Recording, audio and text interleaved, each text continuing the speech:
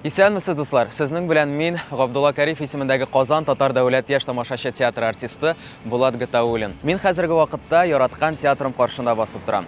Күпләр бу бинаны Победа кинотеатры буларак хәтерли, кайберәүләр аны офицерлар йорты буларак белә, ләкин бу инде күптәннән театр йорты, Кариев театры. Әйдәгез, эшкә узыйк, һәм мин сезне театр белән якыннанрак таныштырам. Киттек!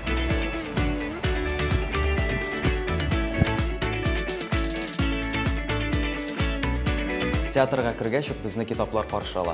Менә монда бу кроссинг зонасы урнашкан. Тамашачылар үзләренә ошаган китапларны өйләренә алып кайтып китә алалар һәм шулай ук яраткан китаплары белән башкалар белән дә бүлешергә мөмкиннәр. Алга таба узыйк. Бу театрыбызның фойесе. Фойега кергәч үк безне артист, режиссер һәм татар профессионал театрына нигез салучы шәхес Габдулла Кариев сурәте һәм театрыбызга нигез салучы һәм театрыбызның Беренче директоры Фәрит абый Хәбибуллин фотосурәте каршы ала.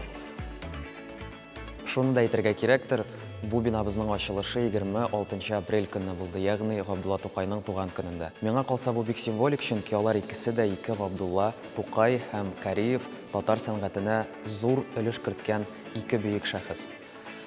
Биредә безнең тагын бер кызыклы почмак бар. Менә монда театрыбызның мерчы белән футболкалар, худилар, шоперлар, кружкалар табарга мөмкин. Ә инде футболка белән шоперларда спектакльләрдән канатлы сүзләр язылган. Ә менә шушы электронный фортепиано артында һәрбер спектакль алдыннан тамашачыларны музыкант көтә. Һәм безнең фойебызда жанлы музыка яңгырый. Гомумән безнең фойе ул бик үзенчәлекле һәм аның үзенә генә хас бер атмосферасы, энергетикасы бар. Шуңа күрә дә ул игътибарны үзенә җәлеп итеп тора. Безнең театр ел сайын тамга режиссерлар лабораториясын үткәреп килә. Заманча театр ул инде гел эзләнүдә, ул яңа алымнар, яңа формалар эзли, яңа пространстволар белән эш итә. Нәкъ менә шушы фойеда лаборатория вакытында берничә эскиз иҗат ителде. Минем әтием Питер Пен сезгә дә кагылса, кисек баш әсәренә нигезләнеп. Ә инде Сәлам Актапи эскизы спектакль дәрәҗәсенә үсеп җитте һәм нәни тамашачыларыбызның иң яраткан спектакленә әйләнде. Ә хәзер мин сезне кече залга чакырам. Киттек!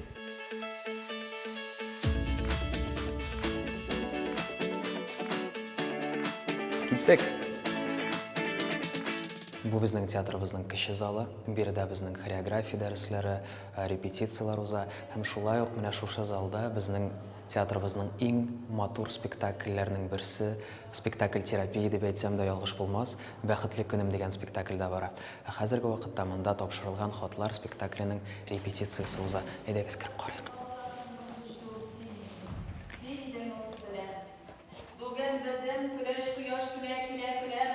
Сер итеп кенә әйтәм, бу минем иң яраткан спектакльләремнең берсе.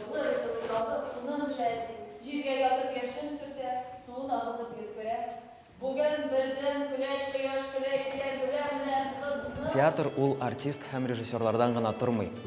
Спектакль чыгару ул күмәк эш. Бутафорлар, реквизиторлар, костюм тегүчеләр, костюмерлар, гримерлар, тавыш операторлары, ут куючы рәссамнар, алардан башка шулай ук театрны күз алдына да китерергә мөмкин түгел. Әйдәгез, алар янына да кирип чыгыйк. Бу тегү цехы. Хәзерге вакытта спектакльгә әзерлек бара. Әйдәгез кирип карыйк.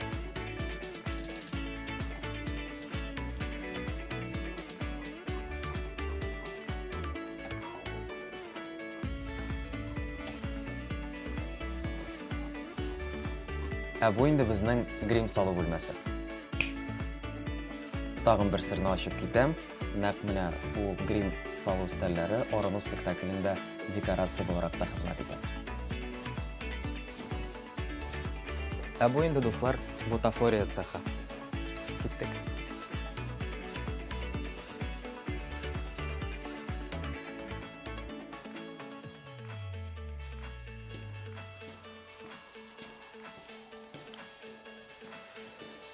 Театрыбызда тагын бер тылсымлы почмак бар. Үткәнебез һәм бүгенгебезне тоташтыра торган менә шундый коридор. Биредә төрле елда куелган спектакльләрнең афишалары урнашкан.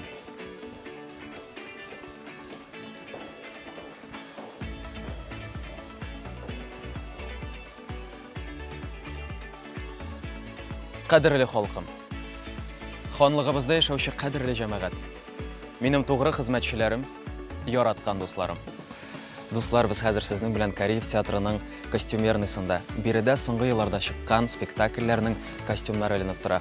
Минем башымда 34нче сезонның премьерасы булган Камыр Батыр спектаклендәге хан образының башлыгы.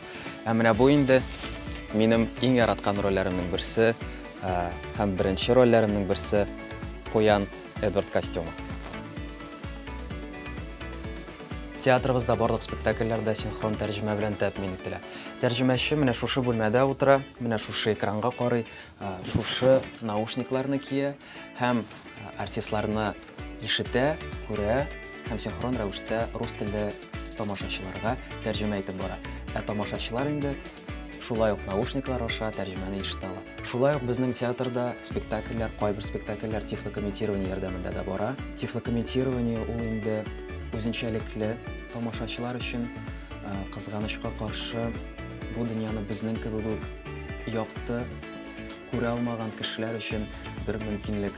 Тифлокомментатор шулай ук экранга карый һәм сәхнәдә булган әйберләрне, геройлар ничек хәрәкәт итә, алар ничек киенгән, алар нишлиләр, менә шуларны тамашачыларга сөйләп бара, ә тамашачы инде аны үзенчә күзаллый ала.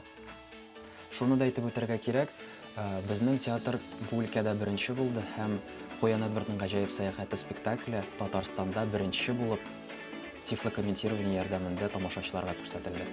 Дуслар, ә сезнең сәхнәне һәм тамаша залын өстән күргәнегез бармы? Ә менә тавыш операторлары һәм ут куючы рәссамнар өчен бу гадәти хәл. Әйдәгез, сезгә дә күрсәтәм.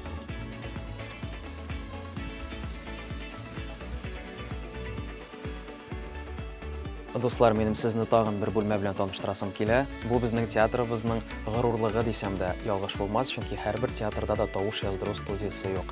Биредә спектакль өчен җырлар, текстлар яздырыла, видео роликлар һәм аудио язмалар да шулай ук биредә яздырыла.